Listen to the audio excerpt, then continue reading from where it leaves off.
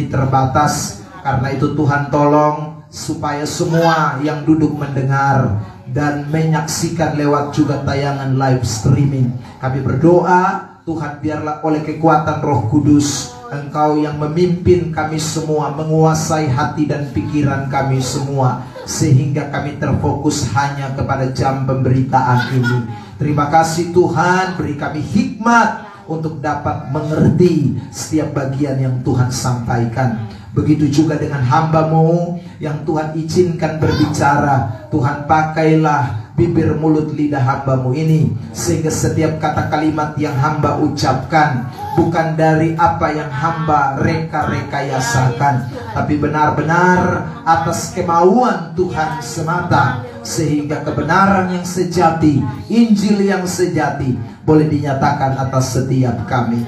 Terima kasih Tuhan Yesus, nyatakan firman-Mu, kami telah siap untuk mendengarkan. Di dalam nama Tuhan Yesus Kristus, semua kita yang rindu diberkati bersama dengan saya katakan amin. Mari kita berikan tepuk tangan yang terbaik.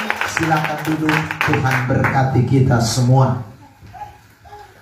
Shalom. Shalom. Sekali lagi shalom. Shalom. Puji Tuhan, Bapak Ibu Saudara yang diberkati oleh Tuhan Yesus Kristus. Senang malam hari ini kita bisa kembali jumpa di tempat ini, teristimewa di dalam ibadah syukur ulang tahun Alfa Omega yang ke-9 dengan tema impact atau berdampak.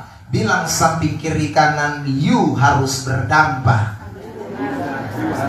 Baik, saudara yang terkasih di dalam Tuhan Yesus Kristus, ayat yang akan kita perhatikan bersama pada malam hari ini terambil dari Injil Matius pasal yang ketiga, ayat yang ke-8. Saya mengajak kita semua yang hadir pada malam hari ini membacakan teks ini dalam hitungan yang ketiga. Matius pasal yang ketiga, ayat yang ke-8.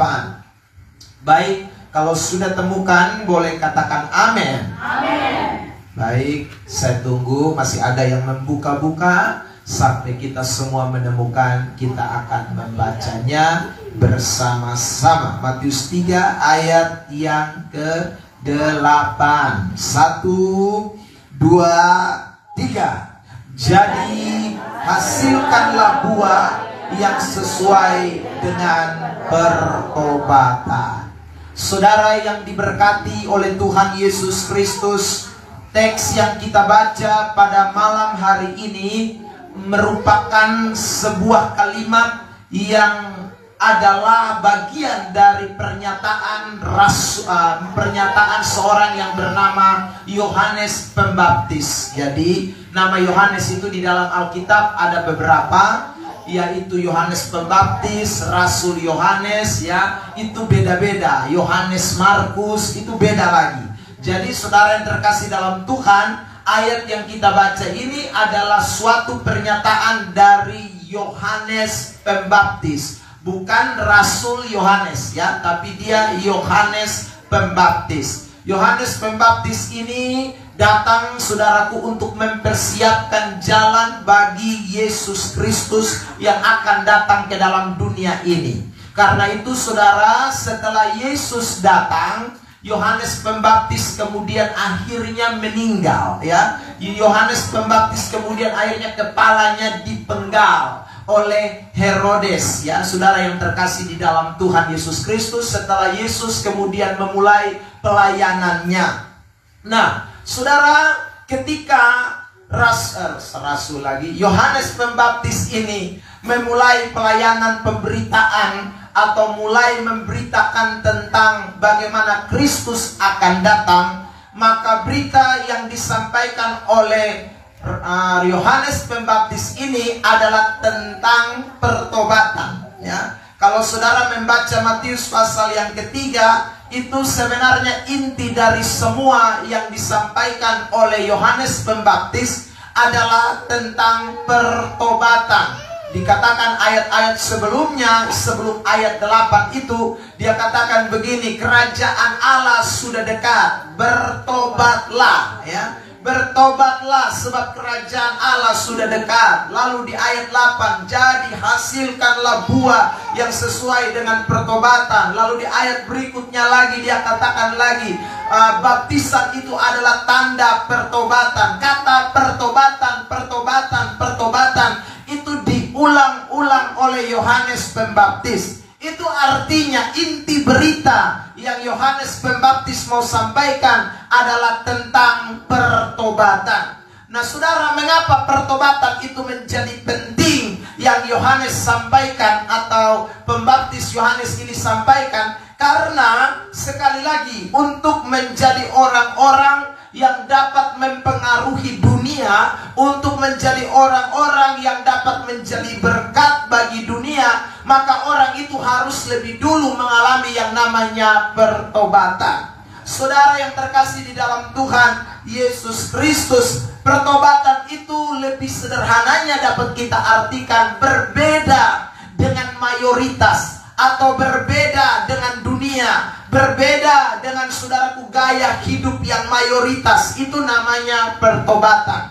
Maksudnya adalah ada sesuatu ciri yang khusus, ada sesuatu gaya hidup yang khusus yang ditunjukkan oleh orang-orang yang mengalami pertobatan. Kata pertobatan itu sendiri dari bahasa Yunani yang artinya perubahan cara berpikir, perubahan akal budi, saudaraku. Itulah yang disebut dengan bertobat. Nah, orang kalau sudah tidak serupa lagi dengan dunia, orang kalau menjadi orang yang punya lifestyle yang baru, yang pikirannya tidak lagi sama dengan dunia, maka saudara yang terkasih dalam Tuhan, itu pasti akan mempengaruhi dunia, ya. Itu akan memberi ciri yang khusus. Contoh yang simpel saja, kalau saudara di dalam rumah berbeda, ya, dalam hal kehidupan atau lifestyle, maka itu akan menjadi sesuatu yang mempengaruhi orang-orang di sekitar kita, ya. Saudara yang terkasih dalam Tuhan, kalau satu rumah, ya, semuanya tukang memaki, ya, maka saudara yang terkasih dalam Tuhan itu sama semua, ya. Tapi kalau dalam satu rumah ada 5 orang, 1 orang saja tidak memaki, dan kemudian 4-nya memaki tiap hari, maka yang satu itu akan memberi ciri yang berbeda dengan mayoritas 4 orang itu, ya. Lu akan tanya-tanya, kenapa kau 4 memaki, yang satu ini sudah memaki, ya. Kok yang satu ini beda sendiri. Kalau 4 orang, saudaraku, tidak tahu pergi gereja, 1 orang pergi gereja terus menerus, itu akan mempengaruhi 4 orang, akan memberi dampak yang besar bagi saudara 4 orang tadi. Nah, itu baru 1 di antara 5 orang, saudara. Itu baru 1 yang memberi dampak. Nah, kalau 2 memberi dampak di dalam rumah 5 orang tadi, itu pengaruhnya lebih besar. Kalau 3, kalau 4, kalau 5, ya saudara, itu sesuatu pengaruh yang luar biasa.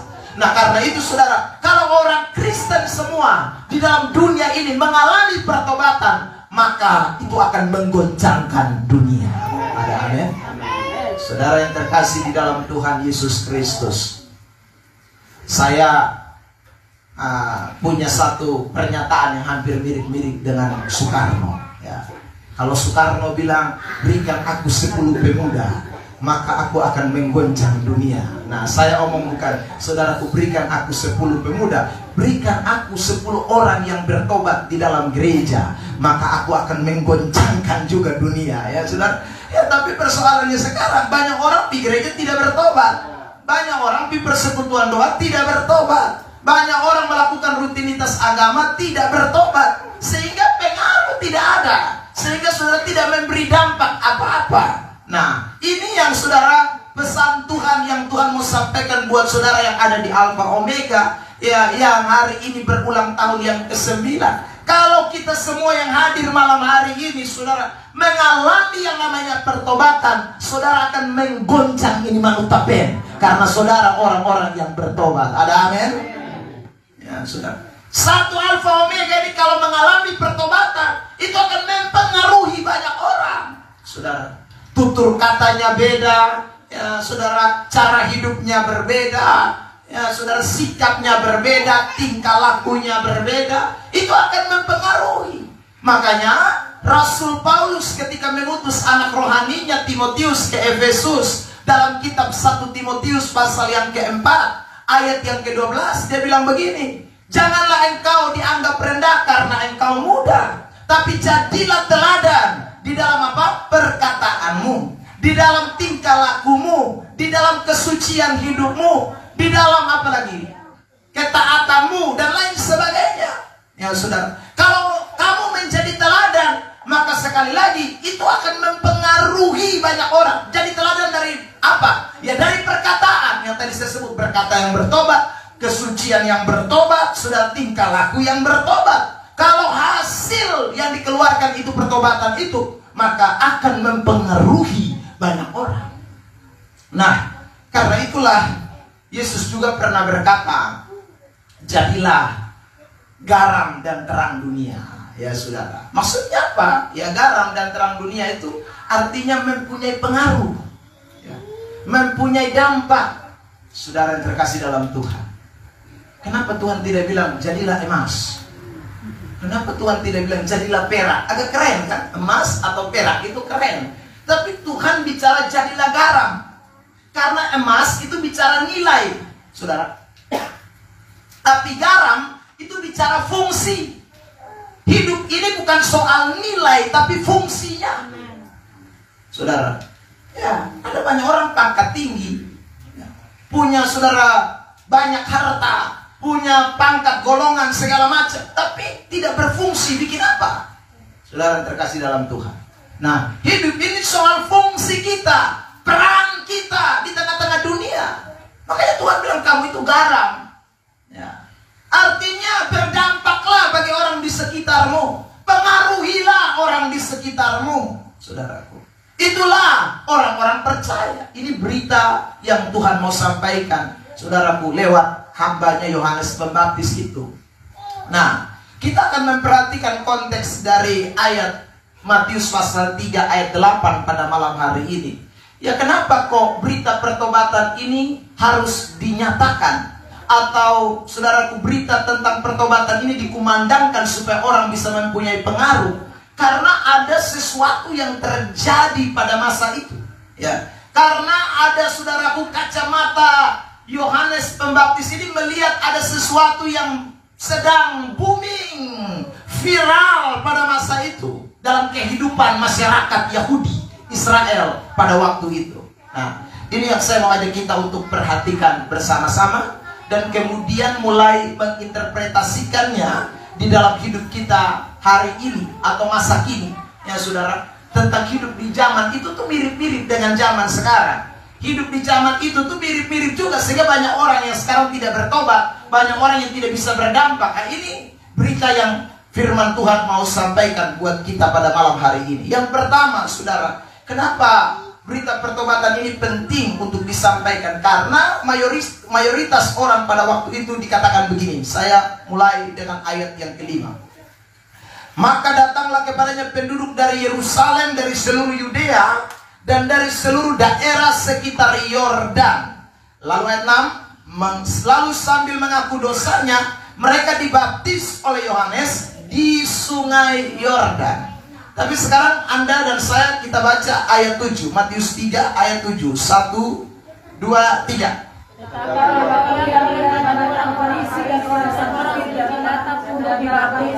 Berkatalah ia kepada mereka, hai kamu keturunan ular beludak, siapakah yang mengatakan kepada kamu bahwa kamu dapat melarikan diri dari murka yang akan datang? Jadi saudara, waktu Yohanes memberitakan tentang kerajaan Allah, berita pertobatan, saudara yang terkasih dalam Tuhan, maka kemudian datanglah dua kelompok.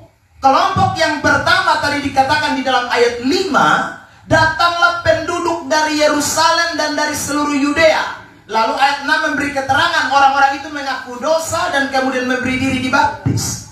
Tapi di ayat yang ke-7 datang kelompok yang kedua. Ada banyak orang Farisi dan orang Saduki yang juga datang untuk apa? Sama-sama mau dibaptis. Tetapi Yohanes Pembaptis berkata kepada mereka, hai kamu keturunan ular beludak, siapakah kamu bahwa kamu dapat melarikan diri dari murka yang akan datang. Saudaraku yang terkasih di dalam Tuhan, jadi orang ini datang mau baptis, tapi Yohanes Pembaptis sambung bilang, hai kamu keturunan ular beludak. Ya saudara, lalu dikatakan lagi di ayat terakhir, siapakah yang mengatakan kepada kamu bahwa kamu dapat melarikan diri dari murka yang akan datang? Dengan kata lain begini saudara, ini orang Farisi dong, ini Saduki dong, ini dong datang untuk dibaptis karena mereka, saudara, sebenarnya bukan mau bertobat, ya. Sebenarnya mereka bukan mau memberi diri mereka untuk sungguh-sungguh bertobat, ya, bukan. Tapi saudara yang terkasih dalam Tuhan, karena mereka melihat ayat yang kelima, penduduk dari Yerusalem, seluruh Yudea, seluruh sungai Yordan datang mau dibaptis, saudara, mereka juga, kita juga bisa, kita juga ikut baptis, saudaraku, ya. Kita juga ikut baptis supaya semua orang juga lihat kita melakukan hal yang sama. Lalu Yohanes Pembaptis memberi pernyataan, kamu jangan pikir karena kamu mau memberi diri dibaptis, kamu lalu lolos. Kamu kepengen, saudaraku, bahwa kamu ini mengelabui sehingga murka Allah tidak akan nyata atas kamu, saudara. Lalu dikatakan lagi di ayat 8 itu, jadi hasilkanlah buah yang sesuai dengan pertobatan. Dengan kata lain, saudara, mereka datang untuk dibaptis, mereka datang untuk melakukan sakramen itu bukan dengan sungguh-sungguh mereka ingin, saudara, memberi hidup mereka kepada Tuhan, tapi cuma sekedar ikut-ikutan, cuma sekedar, saudara, dikasih oleh Tuhan, ya karena orang lain buat, kita juga buat, karena orang lain bikin, kita juga bikin. Saudara yang terkasih dalam Tuhan, orang Kristen seperti ini juga yang hari-hari ini banyak, saudara, ya. Hanya jadi orang Kristen yang ikut-ikutan. Kalau kita cuma jadi Kristen yang ikut-ikutan, maka sekali lagi, sampai kapanpun kita tidak akan pernah mengalami pertobatan. Saudara yang terkasih dalam Tuhan, lu gimana? Kita mau pergi gereja, kalau gitu dia juga ikut, ya. Saudara, dia ikut itu, saudara, karena dia pun kawan ajak dia pergi. Maka saudara terkasih dalam Tuhan, dia duduk lama-lama di gereja, dia bosan, ya. Dia ternyata di gereja juga lama, ya. Minggu depan lebih sendiri, ya, saudara. Ya. Kalau orang ikut-ikutan, saudara, itu akan membawa orang itu tidak akan mengalami perubahan di dalam hidup. Ada banyak orang, saudara terkasih dalam Tuhan, saya temui. Ya. Ini kita bicara dalam konteks rohani, ya. Ada yang kalau bilang, wih, ini sebulan mau CD katanya begitu, ya saudara. Maka mari kita rame-rame daftar CD, ya. Tapi dia CD habis, dia poin ulang lagi, karena dia hanya ikut-ikutan mau CD. Saudara yang terkasih dalam Tuhan, kalau ada orang Kristen yang cuma ikut-ikutan, maka sampai kapanpun hidupnya tidak akan bertobat. Kalau hanya ikut-ikutan saja tidak bertobat, maka hidupmu tidak akan pernah berdampak, saudara. Kekristenan itu bukan agama ikut-ikutan. Kekristenan itu adalah keputusan pribadi. Ikut Tuhan itu adalah sebuah pernyataan komitmen. Saudaraku, ikut Kristus itu adalah sebuah pernyataan bahwa benar-benar memberi hidup kita sepenuhnya kepada Tuhan. Orang yang tidak ikut-ikutan, dia pasti akan mengalami perubahan hidup. Orang yang tidak ikut-ikutan, dia pasti akan mengalami pertobatan. Dan orang seperti ini akan mempengaruhi dan berdampak di tengah-tengah dunia. Beri tepuk tangan yang terbaik buat Tuhan Yesus. Bilang samping kiri kanan, malam ini kamu ikut-ikutan atau sungguh-sungguh datang. Saya tunjukkan ayat dulu, ya. Saudara, kasus ikut-ikutan ini sudah terjadi dari sekian lama. Yohanes pasal 6. Saudara, kenapa orang mau ikut-ikutan? Itu karena memikirkan dan menginginkan hal-hal yang sementara, ya. Orang yang kalau mau ikut Tuhan hanya sekedar ikut-ikutan, ya, saudara, itu karena dia melihat hal-hal yang sementara. Dia cuma menginginkan hal-hal yang sementara, maka dia tidak mungkin mau memberi hidupnya kepada Tuhan. Tadi saya sudah katakan, jadi Kristen itu mesti memberi hidup. Tapi kalau dia tidak jadi Kristen yang sesungguhnya, yang tadi saya sebut ikut-ikutan, itu karena dia hanya memikirkan dan menginginkan hal-hal yang sementara. Lihat Yohanes 6 tadi saya sebutkan.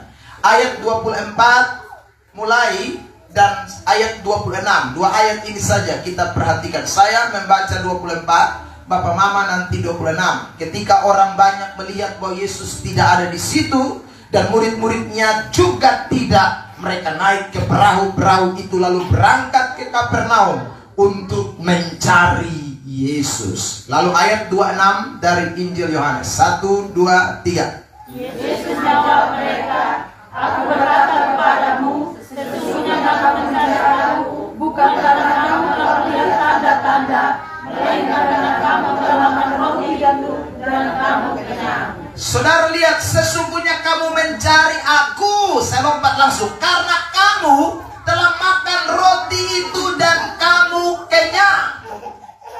Jadi mereka cari Yesus, saudara. Mereka ikut Yesus itu karena mereka lihat Yesus bikin mujizat. Tadi 5 roti 2 ikan, kasih makan 5.000 orang. Jadi begitu Yesus tiba-tiba tidak ada lagi di situ, mereka cari Yesus sampai ke Kapernaum. Ya. Tapi mereka ikut Yesus bukan karena mereka mau menyerahkan diri mereka untuk Yesus. Mereka ikut Yesus bukan karena mereka mau mengakui Dia sebagai Tuhan dan Allah. Mereka mencari Yesus bukan karena saudara mereka mau hidup baru, mengalami pertobatan, mengalami pemulihan dari Kristus. Tapi mereka ikut karena ayat itu bilang, mereka makan roti dan mereka kenyang. Saudara yang terkasih dalam Tuhan, Kristen begini tidak akan mengalami perubahan. Kristen yang cari mujizat, Kristen yang cuma cari berkat, Kristen yang cuma cari saudaraku hal-hal yang supranatural, ya, itu tidak akan pernah mengalami yang namanya mujizat, karena dia cuma jadi Kristen ikut-ikutan. Kalau dia lagi sakit, dia mulai cari informasi keliling, ya saudara. Dia bilang begini, tim doa di Kupang sini yang kita pi doa 1 kali sembuh itu yang mana, ya saudara. Dia bilang, oh itu di Manutapempung atas sana, ya saudara. Maka orang itu akan pergi cari, saudara terkasih dalam Tuhan. Dia pergi cari untuk apa? Karena ikut. Orang katanya pergi sana sembuh, ya dia ikut kepengen sembuh, ya dia pergi cari juga untuk sembuh. Tapi bukan pergi untuk memberi dirinya kepada Kristus. Saudara yang terkasih dalam Tuhan.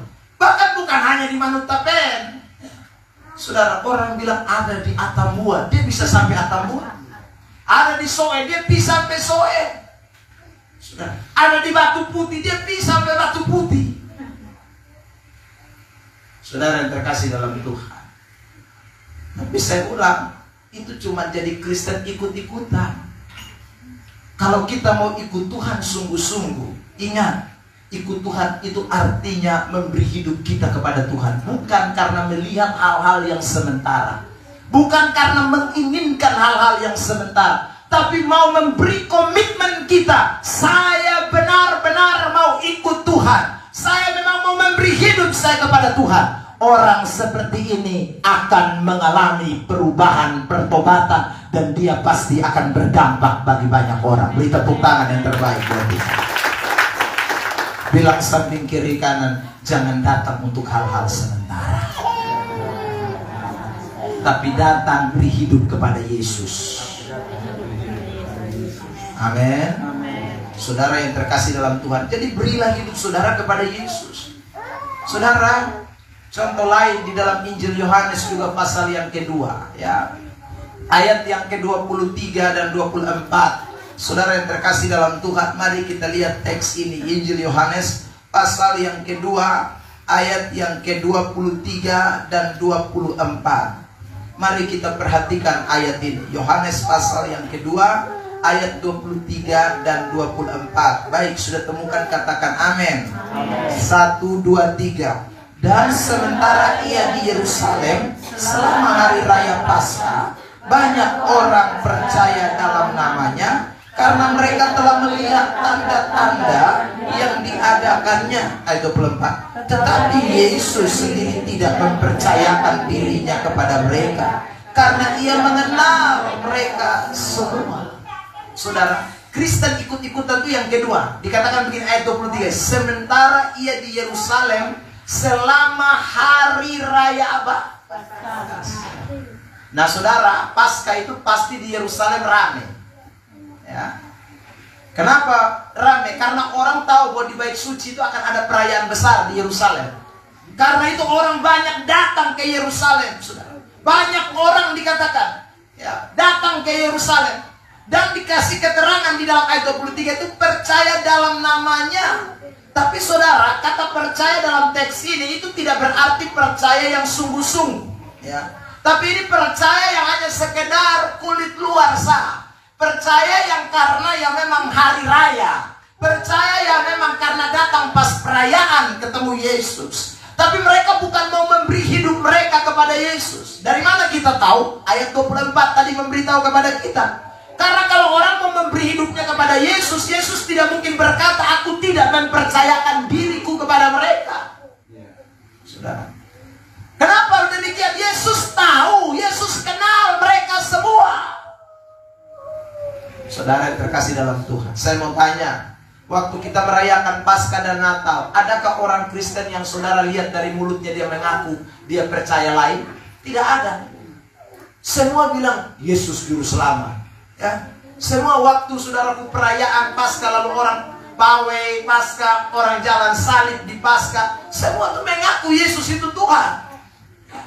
Waktu saudaraku Natal, kita pakai baju merah, baju hijau di gereja, ya, saudara. Lalu kita mulai menyanyi, Hai mari semua tuh mengaku Yesus itu adalah Tuhan.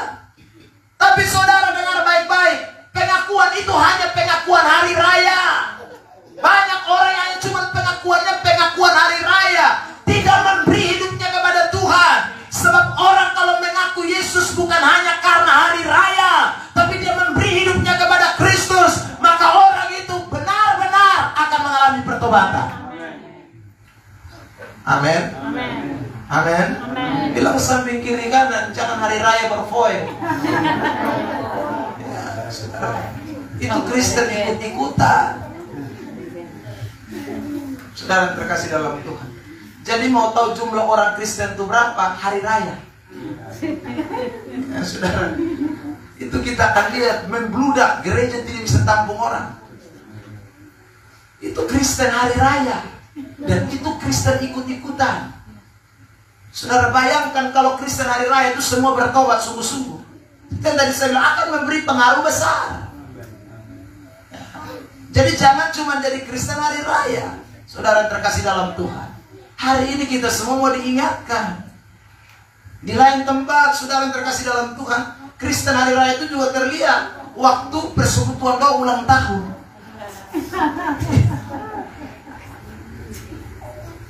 Persekutuan doa ulang tahun itu dia tiba-tiba jadi anggota persekutuan doa. Sebelumnya kita tidak lihat dia muka. Saudara yang terkasih dalam Tuhan, itu sekali lagi jangan jadi Kristen yang model-model begitu. Itu Kristen ikut-ikutan. Ya, begini nih kau tahu akan berdampak. Ya, karena itu hari ini saya mau beri penekanan ini. Kalau saudara mau betul-betul jadi orang yang bertobat sungguh-sungguh, untuk beri hidup kita kepada Kristus, bukan jadi Kristen ikut-ikutan. Ya, ikut karena lihat hal-hal sementara, satu, dua, ikut karena hari raya. Saudara, jangan. Ya, kalau kita cuma punya ciri dua itu, saya ulang, sampai dunia kiamat, ya, kita tidak akan bertobat, kita tidak akan mempengaruhi. Kita cuma jadi Kristen yang begitu-begitu terus, saudara. Kristen ikut-ikutan yang ketiga. Mari kita lihat Lukas pasal 9. Lukas pasal yang ke-9. Saudara yang terkasih di dalam Tuhan, mari kita lihat beberapa ayat, mulai dari ayat yang ke-57 ya sampai dengan ayat yang ke-62. Hal mengikut Yesus. Lukas pasal 9. Ketika Yesus dan murid-muridnya melanjutkan perjalanan mereka, berkatalah seorang di tengah jalan kepada Yesus, "Aku akan mengikut engkau kemana saja engkau pergi." Sudah lihat ya. Jadi bukan Yesus jalan sendiri, Yesus dengan murid-murid.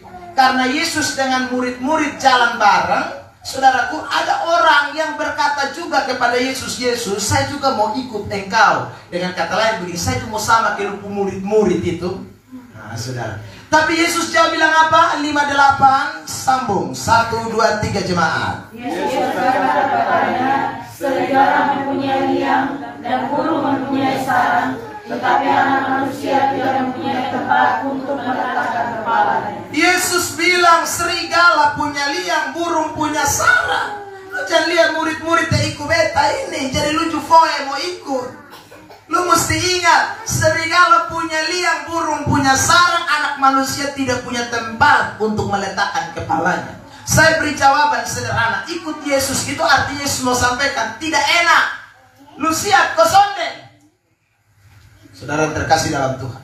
Lanjut ayat 59. Lalu ia berkata kepada seorang lain, ikutlah aku. Tetapi orang itu berkata, izinkanlah aku pergi dahulu menguburkan Bapakku. 60 jemaat, 1, 2, 3. Tetapi Yesus berkata kepadanya, biarlah orang mati menguburkan orang mati, tetapi engkau pergilah dan berkatalah kerajaan Allah di mana-mana. Sederhana juga, jawabannya tidak enak ikut Yesus.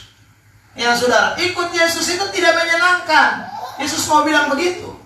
Ayat yang ke-61, dan seorang lain lagi berkata, aku akan mengikut engkau Tuhan, tapi izinkanlah aku pamitan dahulu dengan keluargaku. Ayat 62, 1, 2, 3. Tetapi Yesus berkata, setiap orang yang siap untuk mengajak, tetapi menoleh ke belakang, tidak layak untuk kerajaan Allah. Jadi saudara yang terkasih dalam Tuhan, ada banyak orang ikut Tuhan itu dia tidak mau ikut Tuhan punya mau. Karena Tuhan punya mau, Matius 7 ayat 13-14 bilang jalan sempit. Ya. Artinya tidak enak. Ada banyak orang ikut Tuhan tuh mau tetap enak terus. Ikut Tuhan tuh dia mau jangan tidak enaknya, maunya enaknya saja. Saudara terkasih, itu ikut-ikutan namanya. Kalau ikut Tuhan harus siap menderita. Ikut Tuhan harus ikut jalan sempit. Ikut Tuhan harus pikul salib. Ikut Tuhan harus mau, saudaraku, menjadi prajurit-prajurit yang siap menderita. Amin. Amin. Bilang samping kiri kanan, jangan hanya mau enak, ikut Tuhan. Ya. Jadi kalau orang yang ikut Tuhan mau enak saja itu namanya ikut-ikutan. Saudara, kenapa lu pergi gereja? Lu tahu kosong. Dia pergi gereja kemarin. Dia pulang mereka buka kios, barang satu kios habis semua. Besok lu pergi gereja, lu pun kios juga nanti begitu. Saudara yang terkasih dalam Tuhan, tahu dia pergi gereja bukan kiosnya pulang laku, ternyata dia pulang datang orang curi masuk, curi habis semua barang. Saudara yang terkasih dalam Tuhan, akhirnya dia tidak mau ikut Tuhan karena dia pikir ikut Tuhan yang penting enak. Ikut Tuhan itu harus siap menderita. Saudara yang terkasih dalam Tuhan, jadi penderitaan itu bukan karena hanya sudah orang bisa menderita itu tiga hal. Yang pertama, orang menderita itu karena memang dia punya kesalahan sendiri. Ya. Yang kedua, ada orang menderita itu karena memang saudaraku diserang oleh iblis. Ya. Lalu yang ketiga, ada orang yang menderita itu karena memang adalah bagian dari pernyataan ujian Tuhan kepada kita sekalian. Ya, sudah. Jadi ingatlah baik-baik, kalau saudara jadi orang Kristen, ya penderitaan yang kita alami ini bisa dua ini. Kadang-kadang bisa karena serangan setan, tapi bisa juga karena Tuhan izinkan kita mengalami penderitaan. Kenapa setan serang kita? Ya karena setan tahu kita ini anak Tuhan, ya. Sehingga dia menyerang kita, dia menjadi musuh kita. Saudara yang terkasih, sehingga penyerangannya itu membuat kita menderita. Seperti kasus Ayub. Di dalam kitab Ayub kan saudara bisa baca, iblis datang untuk menyerang Ayub kan, saudara. Tetapi juga ada kasus yang lain seperti saudara yang terkasih dalam Tuhan, murid-murid dalam kitab Kisah Para Rasul, dalam kitab 1 Petrus, ya dalam kitab Ibrani, kita temukan mereka menderita bukan karena serangan setan, tapi mereka menderita karena Kristus mengizinkan mereka menderita. Amin.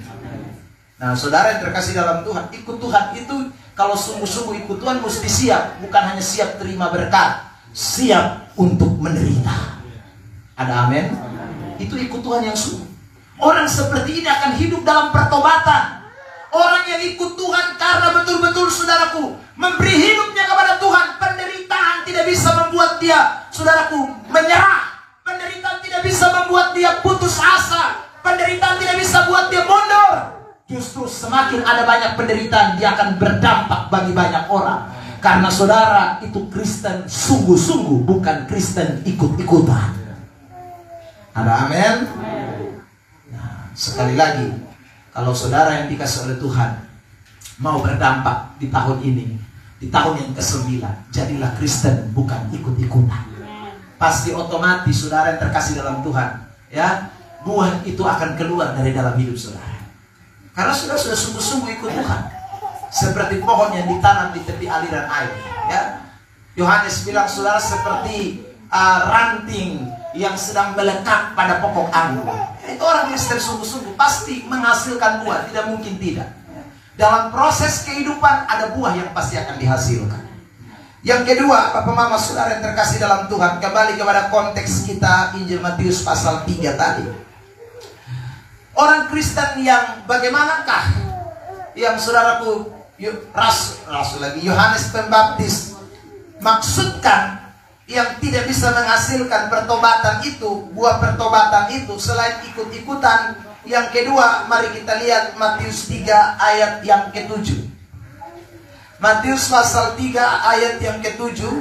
Saya mengajak kita sekalian membaca ayat ini, jemaat Tuhan. 1, 2, 3. Tetapi waktu ia melihat banyak orang Farisi dan orang Saduki datang untuk dibaptis, berkatalah ia kepada mereka, "Hai kamu keturunan ular beludak, siapakah yang mengatakan kepada kamu bahwa kamu dapat melarikan diri dari murka yang akan datang?" Lalu ayat yang ke-10, ayat yang ke-9 dan ayat yang ke-10. Mari kita lihat Matius pasal 3 ayat yang ke-9 dan ayat yang ke-10. 1, 2, 3. Dan janganlah mengira bahwa kamu dapat berkata dalam hatimu, "Abraham adalah bapa kami." Karena aku berkata kepadamu, Allah dapat menjadikan anak-anak bagi Abraham dari batu-batu ini. Kapak sudah tersedia pada akar pohon, dan setiap pohon yang tidak menghasilkan buah yang baik pasti ditebang dan dibuang ke dalam api. Saudara yang terkasih di dalam Tuhan, di ayat yang ke-8 itu mengatakan kamu keturunan ayat 9 ayat 7 kamu keturunan ular beludak. Lalu di ayat 9 itu dikontraskan dengan Abraham. Saudara, dalam kacamata orang Yahudi, mereka itu pikir bahwa mereka ini adalah keturunan Bapak Abraham. Tapi kemudian Yohanes Pembaptis membongkar kedok mereka. Kamu jangan pikir kamu keturunan Abraham, ya. Kayak Bapak Abraham itu bisa dijadikan anak-anaknya dari batu-batu ini. Kamu ini keturunan ular beludak. Saudara yang terkasih dalam Tuhan, dengan kata lain begini, saudara yang terkasih, ular beludak itu melambangkan setan, melambangkan iblis, ya. Saudara, jadi saya berikan kesimpulan begini, orang tidak akan bisa menghasilkan buah yang sesuai dengan pertobatan jikalau kekristenannya satu ikut-ikutan. Yang kedua, kekristenannya itu hanya karena garis keturunan, bukan karena dia mau memberi hidupnya kepada Kristus, tetapi hanya karena garis keturunan. Kalau cuma garis keturunan saja, saudara, ada banyak orang yang mengaku Kristen karena garis keturunan, tapi perilakunya bukan Kristen, tapi perilakunya ular beludak. Kristen keturunan itu akan membuat orang justru tidak mengalami pertobatan. Kristen yang hanya sekedar turun-temurun, saudaraku, itu tidak membuat orang itu mengalami sebuah perubahan hidup.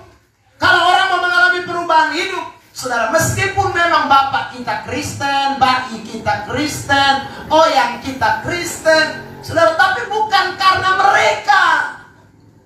Kita mesti sadar benar bahwa yang namanya Kristen itu adalah orang pilihan Allah, ya. Saudara, kita bersyukur kita masuk dalam kelompok orang pilihan Allah, ya. Kita jangan merasa bukan karena keturunan kita, bukan, tapi karena keturunan kita, ya boleh. Maka saudara yang terkasih dalam Tuhan, orang akan tetap bergantung kepada Kristus. Orang tetap bergantung kepada Allah, bukan kepada garis keturunannya. Sebab ada pengaruh yang tidak baik kalau orang, saudara yang terkasih dalam Tuhan, hanya menganut kekristenan itu secara keturunan. Sekarang saya berikan contoh. Misalnya ini orang-orang Farisi, ahli-ahli Taurat. Karena mereka berpikir mereka ini keturunan Abraham dan segala macam. Maka saudara yang terkasih dalam Tuhan, mereka tidak merasa bahwa firman Tuhan itu menjadi penting dalam hidup mereka. Ya. Saya buktikan dengan ayat ini, Markus pasal yang ke-7 ya. Mari kita lihat ayat 8 dan ayat yang ke-9. Injil Markus pasal 7 lebih dulu, ayat 8 dan ayat yang ke-9. Markus 7 ayat 8 dan ayat yang ke-9. Mari jemaat kita baca 1, 2, 3. Perintahlah Allah mengabaikan untuk berpegang pada adat istiadat manusia. Yesus berkata pula kepada mereka, sungguh pandai kamu mengesampingkan perintah Allah, supaya kamu dapat memelihara adat istiadatmu sendiri. Jadi saudara lihat, orang kalau keturunan itu dia lebih pentingkan dia pun keturunan pun aturan. Keturunan pengaturan itu yang adat istiadat, budaya, segala macam. Firman Tuhan itu akan disepelekan. Firman Tuhan itu akan menjadi nomor 2, nomor 3. Karena dia pikir ini garis keturunan. Dulu kita pun nenek bikin begini, jadi kita juga bikin begitu. Ya saudara. Kita pun oyang bikin begini, jadi kita juga bikin begitu. Saudara yang terkasih dalam Tuhan, itu Kristen keturunan. Dan Kristen keturunan selalu saja tidak bisa menghasilkan pertobatan. Tidak akan bisa hidup di dalam pertobatan. Makanya pembaptis itu, Yohanes itu, saudara yang terkasih dalam Tuhan, dia meneriakkan kepada orang-orang Farisi dan Saduki itu, kamu harus hasilkan buah sesuai pertobatan. Kamu jangan menyangka kamu keturunan Abraham. Kamu jangan pikir kamu keturunan Abraham. Kamu itu keturunan ular beludak. Saudara, perbuatan setan semua. Kamu abaikan firman Allah. Kamu kesampingkan Alkitab. Kamu kesampingkan firman Tuhan hanya untuk adat istiadatmu lebih berlaku. Saudara yang terkasih dalam Tuhan Yesus Kristus, saya diberi tambah satu tanggung jawab mengajar salah satu mata kuliah namanya Etika Kristen, saudara. Ya.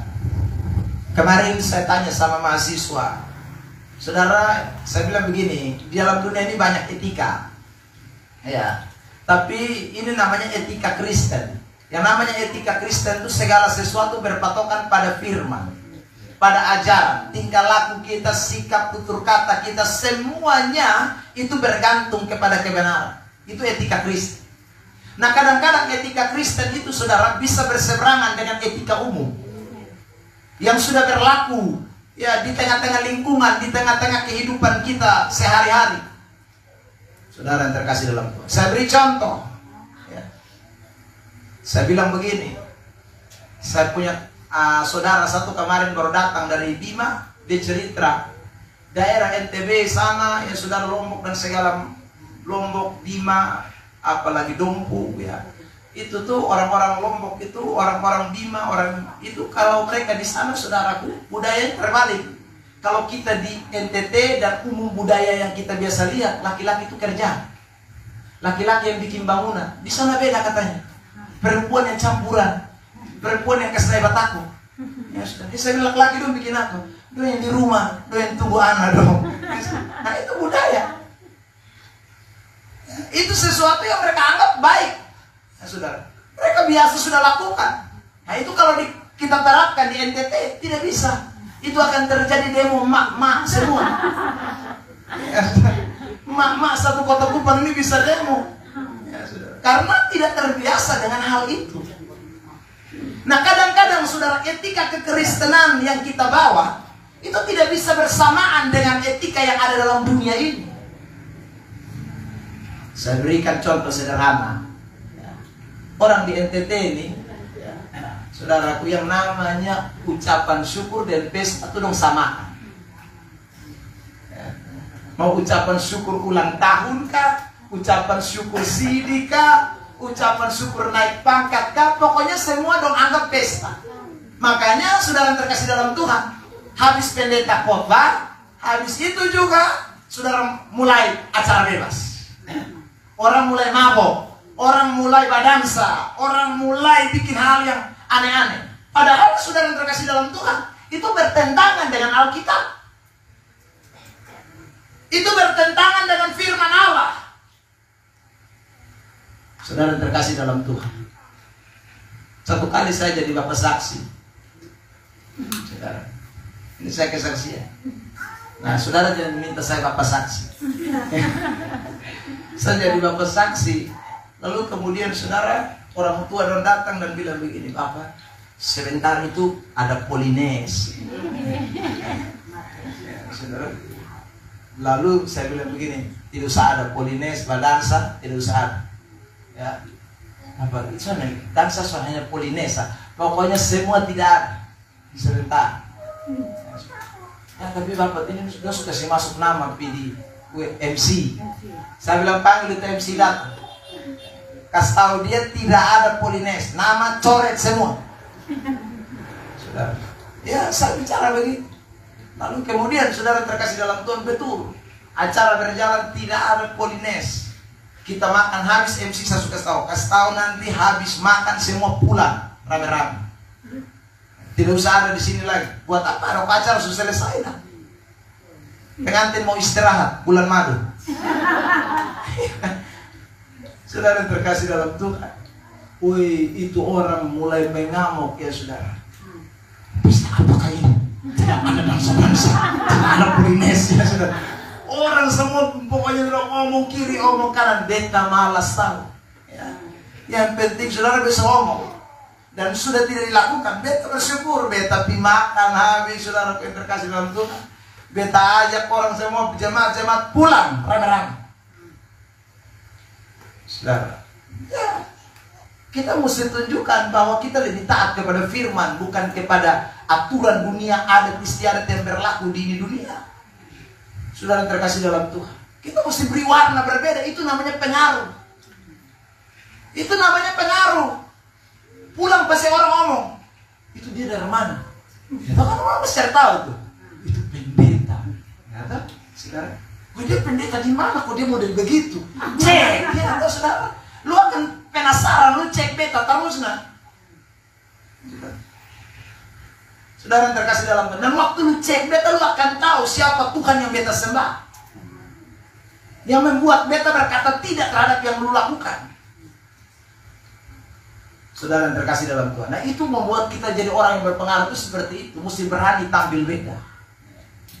Mesti berani, saudara yang terkasih dalam Tuhan.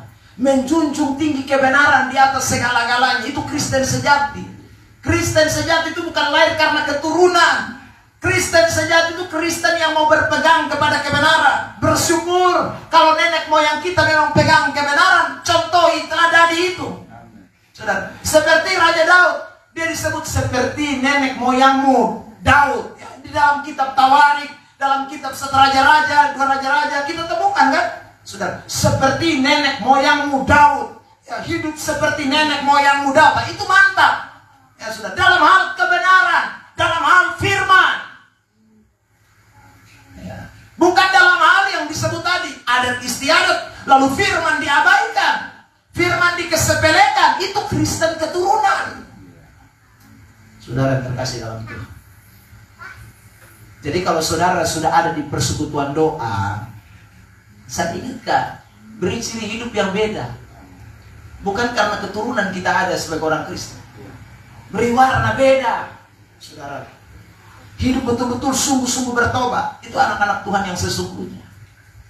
Ya. Dan memang harus kebenaran dunia itu diruntuhkan. Kebenaran diri kita mesti diruntuhkan. Kebenaran Tuhan yang diangkat, dijunjung tinggi. Saya beri contoh yang kedua, Roma pasal yang ke-10 nih.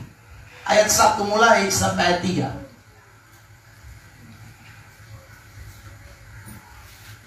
Roma pasal 10.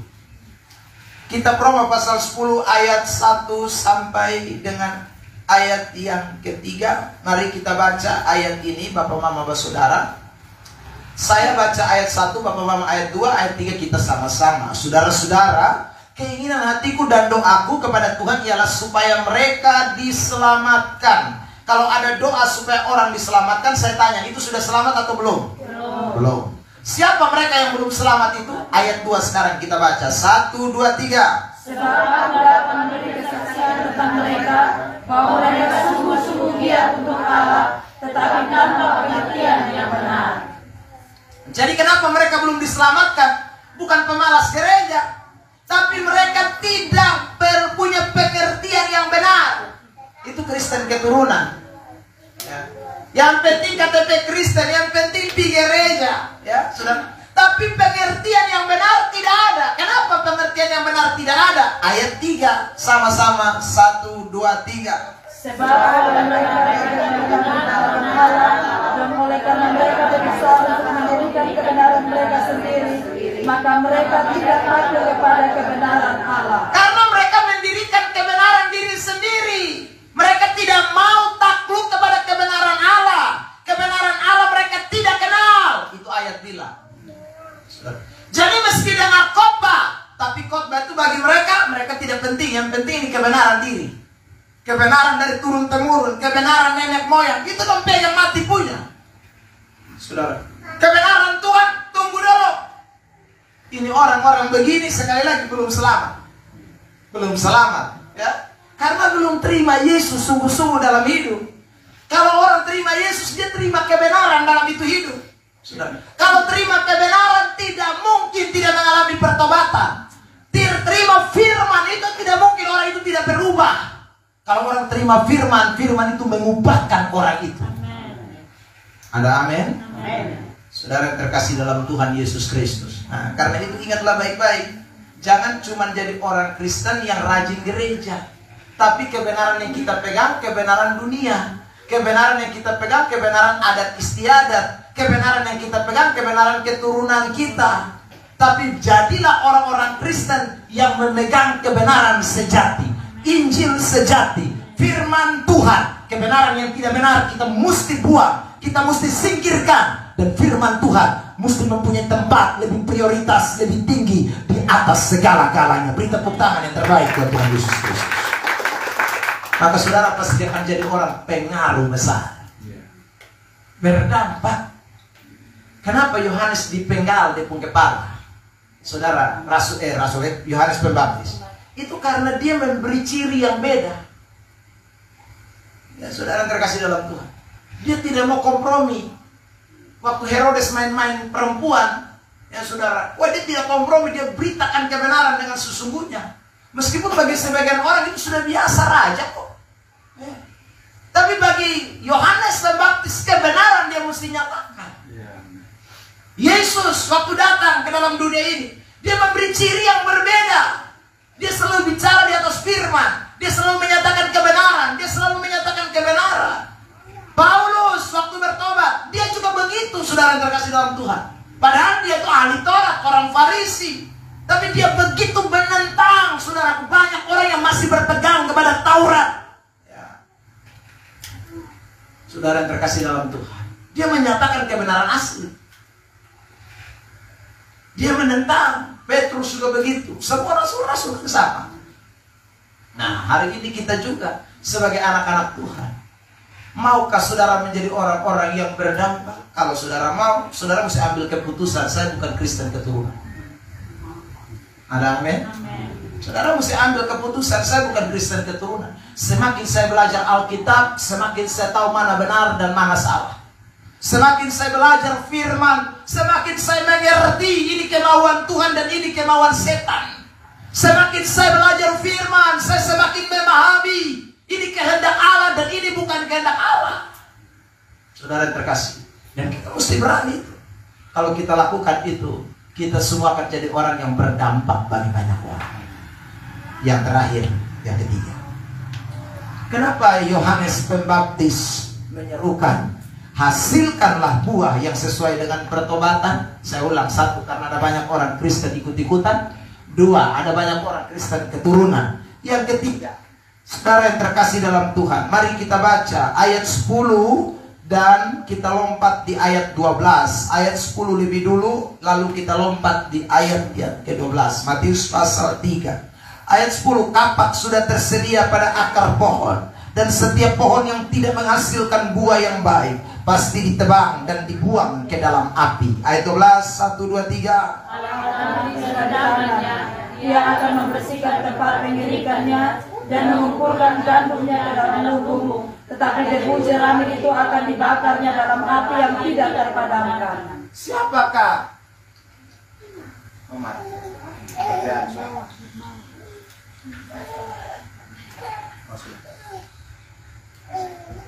Baik, siapakah yang dimaksud di dalam teks ini? Sorry, saya sudah dipegang di bawah. Tadi padahal sudah ada peringatan, jangan pegang di bawah. Ya. Matius 3 ayat yang ke-10 dan ayat 12 ini bicara soal tadi tuh ahli Taurat dan orang Farisi. Yohanes Pembaptis mau sampaikan kepada mereka bahwa kamu ini orang-orang yang seperti pohon yang tidak baik. Kamu ini seperti jerami yang akan dibakar, pohon yang akan ditebang. Maksudnya begini, saudara terkasih dalam Tuhan. Artinya bahwa orang-orang Farisi, ahli-ahli Taurat itu mereka tidak betul-betul menjadi orang yang berkualitas dalam iman. Mereka tidak menjadi orang yang mempunyai suatu kualitas. Gandum itu bicara kualitas. Ya. Pohon yang baik itu bicara soal kualitas, saudara. Tapi ini Farisi dong, ini ahli Taurat Saduki ikut Tuhan tanpa kualitas. Ikut Tuhan tapi seperti jerami. Ikut Tuhan tapi seperti pohon yang tadi dikatakan tidak baik, yang sudah siap ditebang. Saudara yang terkasih dalam Tuhan, apa artinya kita ikut Kristus tapi kita tidak pernah bertumbuh di dalam Kristus? Ya. Maka tidak mungkin orang yang saudaraku demikian bisa mengalami yang namanya pertobatan dan berdampak kepada orang lain. Kalau saudara betul-betul ingin menjadi orang Kristen yang menghasilkan buah, ya, maka mau tidak mau dari hari ke hari kita mesti membawa hidup kita tuh semakin hari semakin berkualitas di dalam Tuhan. Semakin hari mungkin semakin lebih baik di dalam Tuhan. Semakin hari semakin bertumbuh di dalam Tuhan. Itu Kristen yang sebenarnya. Ya. Jadi kalau dari tahun ke tahun hanya sama ke jerami, dari tahun ke tahun yang sama ke pohon yang tidak baik, yang tidak bisa hasilkan buah, itu bikin apa jadi Kristen? Saudara yang terkasih dalam Tuhan, karena kita tidak bisa memberi fungsi apa-apa, pengaruh apa-apa. Kan buah itu hanya bisa dinikmati kalau kita berbuah. Tapi kita pohon yang tidak baik, bagaimana mau hasilkan buah? Ya tidak bisa hasilkan buah. Saudara yang terkasih dalam Tuhan, makanya saya ulang lagi, Kristen yang ketiga yang ditegur oleh Yohanes Pembaptis itu adalah Kristen-Kristen yang tidak bertumbuh. Ya. 1 ikut-ikutan, 2 keturunan, 3 tidak bertumbuh. Pokoknya dia begitu serata terus. Sudah 10 tahun ikut Tuhan, begitu saja terus. Sudah 20 tahun ikutan, begitu saja terus.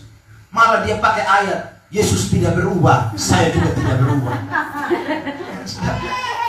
Kristen begini nih, mau jadi apa? Orang tambah hari itu tambah naik level, naik tingkat. Saudara terkasih dalam Tuhan, tambah mengerti, tambah memahami, tambah mengenal. Ya. Saudara yang terkasih dalam Tuhan, saya kadang-kadang nih agak aneh, heran ya. Saudara, ada orang sudah sampai 20-an tahun, 30-an tahun, lalu cerai. Begitu cerai, saudaraku yang terkasih dalam Tuhan, dia akan cerita, dia bilang, saya baru tahu Bapak. Oh begitu, baru tahu. Coba kita tahu dari dulu mangkali. Kita sekali dengan dia, kita baru tahu. Saudara, kenapa mesti? Ya memang. Kalau lu cuman waktu itu pacaran, lu tidak tahu dia. Lu mesti hidup sama-sama dengan dia, lu suruh bergaul tiap hari dengan dia, baru lu tahu dia siapa. Jadi kalau lu tahu dia siapa, seharusnya lu tambah mesti mengerti tentang dia. Bukan lu tahu dia siapa lalu lu kemudian, coba beta tahu begitu. Nah ini nih, kadang-kadang orang Kristen juga gitu toh, ikut Tuhan selama-lama dia bilang, beta pikir ikut Tuhan tuh, ternyata, nah ini dia baru tahu bodoh mau mati. Tuhan tuh kalau tambah tahu tuh lu tambah cinta Tuhan. Amin. Ya, jadi kalau sudah tambah tahu Tuhan, bukan sudah tambah tinggalkan Tuhan. Tambah mengenal Tuhan, tambah mengerti Tuhan, tambah mengasihi Tuhan. Saudara terkasih dalam Tuhan. Ya, karena memang semakin lama orang ikut Tuhan itu dia semakin mengerti tentang Tuhan. Dia semakin mengenal tentang Tuhan. Itu Kristen yang bagus. Saudara, itu Kristen yang mantap. Tapi kita mengenal Tuhan bukan untuk tambah mundur. Kita mengenal Tuhan bukan untuk tambah tidak berkualitas. Justru pengenalan itu membawa kita semakin berkualitas. Ayub berkata, dulu aku mendengar, tapi tidak sekarang. Sekarang aku melihat. Saudara, artinya dia punya pengalaman dengan Tuhan. Dan itu bikin dia tambah cinta Tuhan. Dia tambah mengasihi Tuhan.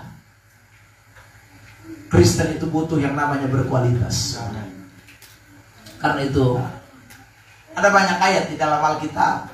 Misalnya Efesus pasal 4, kita harus bertumbuh. Kolose pasal 2 ayat 6, ya. Terima Kristus itu mesti bertambah berakar, dibangun di atas Dia, bertambah teguh di dalam Dia. Saudara, itu artinya kekristenan itu memang punya tahapan untuk terus semakin meningkat di dalam Tuhan. Kristen seperti ini pasti akan menghasilkan pertobatan.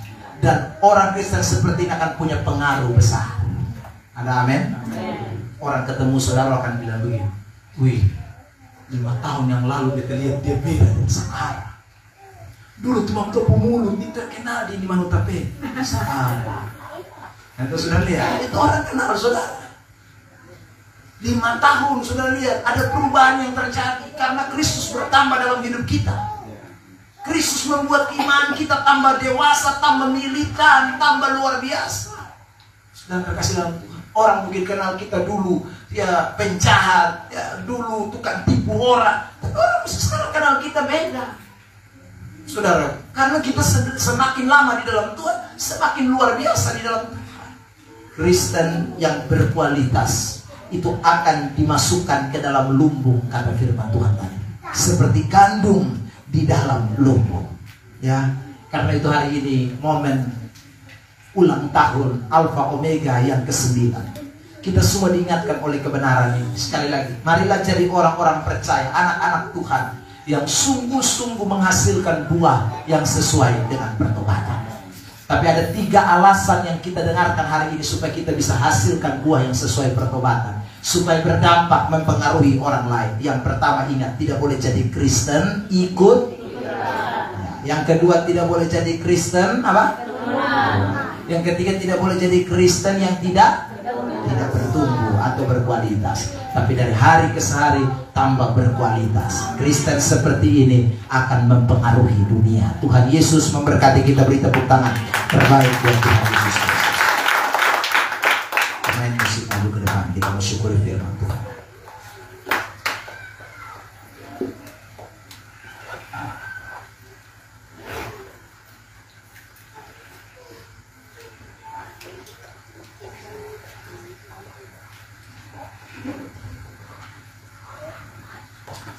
Terima kasih Tuhan.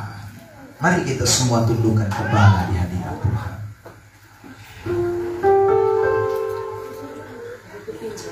Kami bersyukur buat kado terindah yang Tuhan berikan kepada kami hari ini.